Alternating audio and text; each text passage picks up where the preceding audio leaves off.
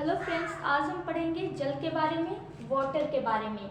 तो सबसे पहले जल क्या है? तो जल एक प्राकृतिक संसाधन है जो प्रकृति से हमें क्या होता है, जल जो है 3 रूपों में प्राप्त होता है। जल प्रकृति में से हमें 3 रूपों में प्राप्त होता है, अर्थात अवस्थाओं में प्राप्त होता है। तो जल क्या होता है? एक प्राकृतिक नवीकरणीय स्रोत है, क्योंकि इसे हम पुनः प्राप्त कर सकते हैं। तो ये प्रकृति द्वारा दिया हुआ क्या है? नवीकरणीय जो है संसाधन है, जिसे हम पुनः प्राप्त कर सकते हैं। तो जल एक प्राकृतिक संसाधन है। तो अब हम देखते हैं जल की अवस्थाएं। जल जो है प्रकृति में हमें 3 अवस्थाओं से प्राप्त होता है। तो 3 अवस्थाएं मतलब ठोस, द्रव, गैस। ठोस बर्फ के रूप में क्या होता है? बर्फ के रूप में जब होता है जल तो वो ठोस होता है, और जब द्रव के रूप में होता है तो वो पानी क्या है? द्रव के रूप में होता है।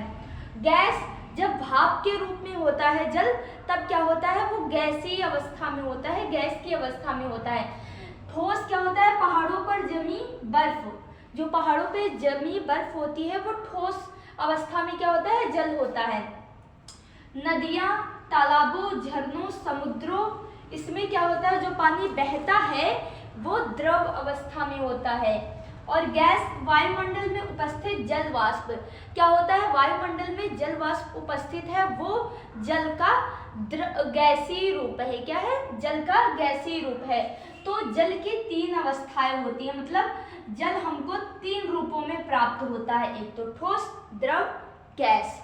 अब हम देखते हैं जल के स्रोत क्या हैं। तो जल हमें, स्रोत का मतलब है कि जल हमें कहाँ से प्राप्त होता है, कैसे प्राप्त होता है। तो जल के 3 प्रमुख स्रोत हैं।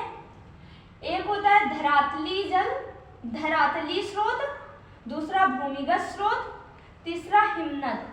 धरातली स्रोत मतलब जो धरातल पर जल होता है उसे हम धरातली स्रोत के द्वारा क्या होता है? वो धरातली जल होता है। धरातल पर क्या होता है? जैसे समुद्र में जो जल होता है वो धरती पर ही तो होता है, तो वो धरातली स्रोत के अंतर्गत आता है। नदियां, झीलें, तालाब भी धरती पर ही होता है, तो वो भी क्या है? धरातली स्रोत के इसके अंतर्गत।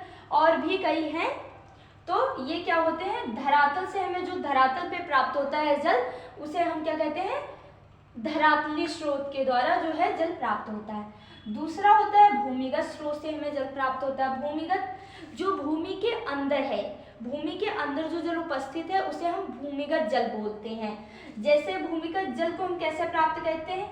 हैंडपंप के द्वारा। जो नल होते हैं, नल से पानी आता है तो वो धरती के अंदर का पानी आता है, तो उसे हम हैंडपंप के द्वारा निकालते हैं। नलकूपों के द्वारा निकालते हैं, तो वो क्या होता है? भूमिगत जल होता है। तीसरा है हिमनद।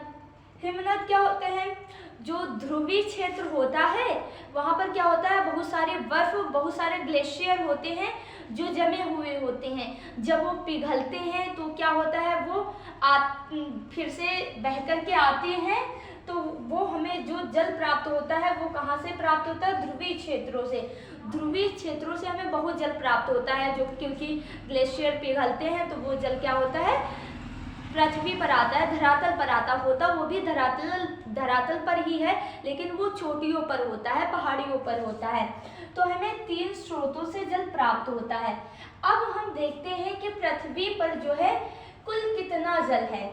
तो पृथ्वी पर जो है, पृथ्वी पर उपस्थित जल एवं स्थल,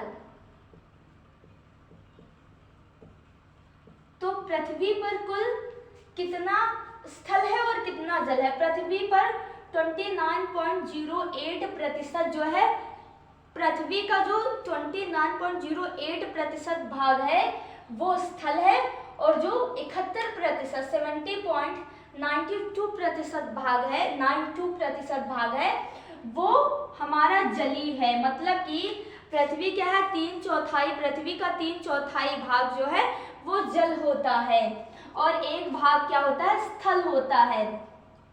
तो पृथ्वी पर का कुल जो स्थल का क्षेत्रफल होता है, जो स्थल का क्षेत्रफल होता है वो होता है हमारा 11,49,000। स्थल का क्षेत्रफल है 14,89,50,800 वर्ग किलोमीटर और जलीय क्षेत्रफल 36,11,49,700 किलोमीटर स्क्वायर होता है। अगर हम प्रतिशत में देखें तो 29.08% और जल कितना है 70.92% है।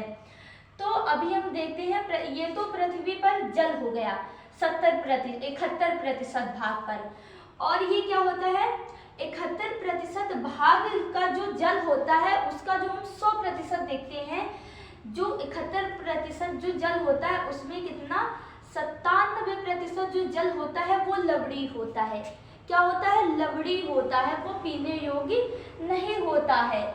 ये हम पृथ्वी पर उपस्थित संपूर्ण जल देख रहे हैं, कुल जल का कितना 97, ये कुल जल का पृथ्वी पर उपस्थित संपूर्ण जितना भी जल है उसका कितना 97% जो भाग जल होता है वो लवणीय होता है, मतलब इसका हम यूज नहीं कर सकते हैं, इसे हम प्रयोग में नहीं ला सकते, ये पीने योग्य नहीं होता है।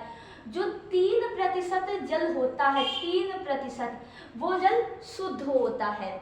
कुल 97% जल नहीं पीने योग्य होता है और जो 3% जल होता है वो क्या होता है पीने योग्य होता है।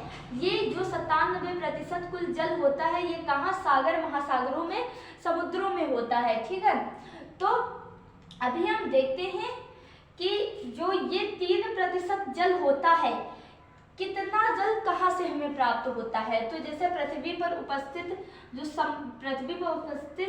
संपूर्ण जो शुद्ध जल होता है, क्या होता है ये पृथ्वी पर उपस्थित संपूर्ण शुद्ध जल है। ये क्या है पृथ्वी पर उपस्थित संपूर्ण शुद्ध जल होता है।